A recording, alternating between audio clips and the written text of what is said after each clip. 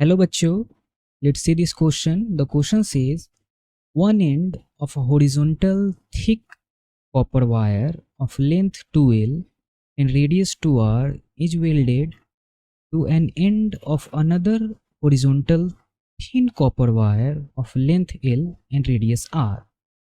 When the arrangement is stretched by applying forces at two ends, the ratio of elongation in thin wire to that in thick wire is.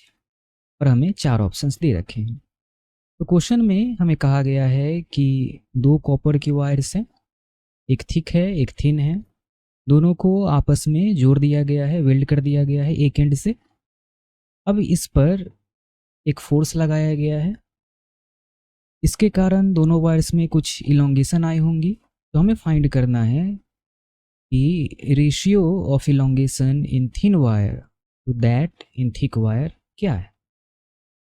तो इस question में जो की concept हमारा use होगा वो होगा हुक्स लॉ ऑफ इलास्टिसिटी। अब क्वेश्चन में हमें दे रखा है कि दोनों वायर्स कॉपर के हैं, तो दोनों के लिए यंग्स मॉडुलस y होगा। हम y मान लेते हैं, दोनों के लिए सेम होगा। और हमें दे रखा है कि दोनों पर अप्लाइड फोर्स सेम है, दोनों को वेल्ड करके जो अप्लाइड फोर्स है वो दोनों पर सेम है, तो उसे हम अप्लाइड फोर्स F मान लेते हैं। चलिए इलोंगेशन इन एक वायर हम निकाल लेते हैं using Hooke's law of elasticity. तो four thick wire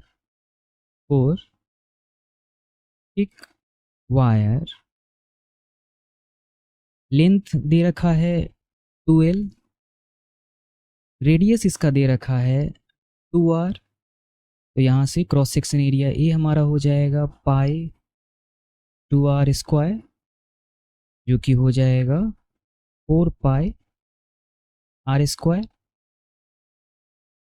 Young's modulus हमने माना है y।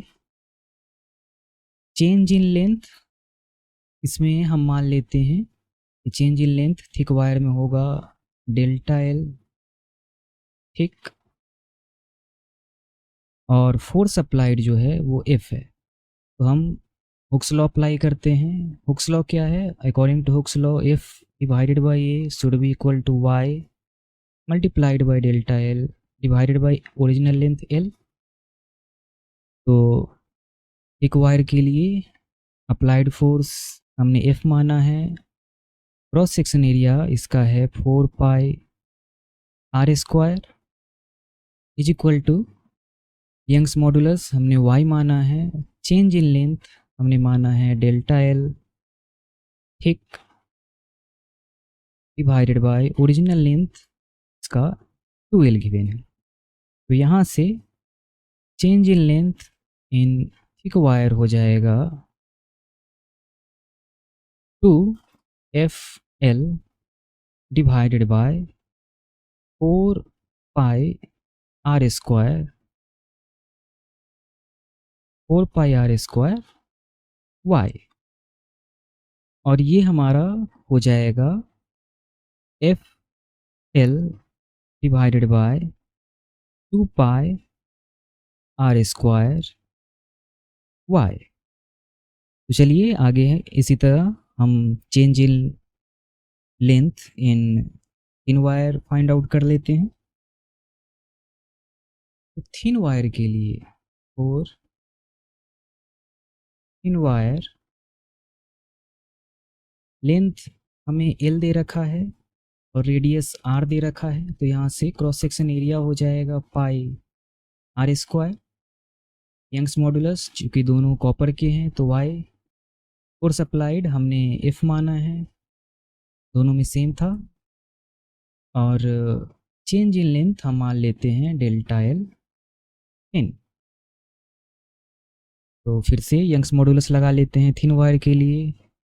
applied force divided by cross section area pi r square is equal to Young's modulus multiplied by delta L in divided by L। तो यहाँ से change in length in thin wire हमारा हो जाएगा F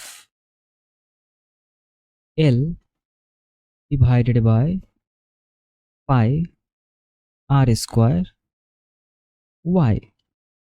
तो अब हमारे पास change in length in thick wire आ गया, change in length in thin wire आ गया।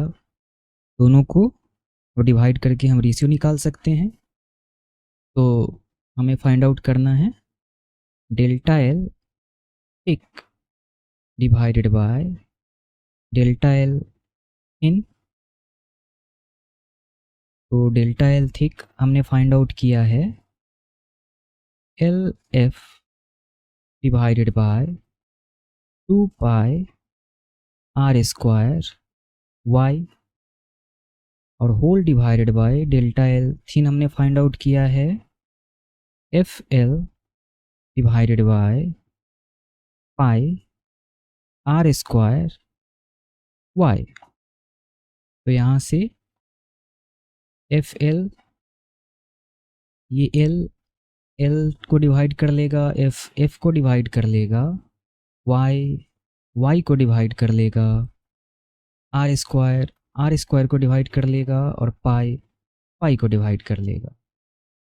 तो यहाँ से delta L thick divided by delta L in, इसकी वैल्यू हो गई 1 डिवाइडेड बाय 2। और हमें क्वेश्चन में फाइंड आउट करना था ratio of elongation in the thin wire to that in thick wire.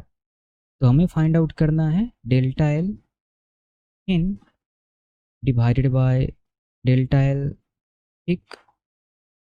तो ये इस इक्वेशन के रेसिप्रोकल हो जाएगा और ये हो जाएगा 2 डिवाइडेड बाय 1।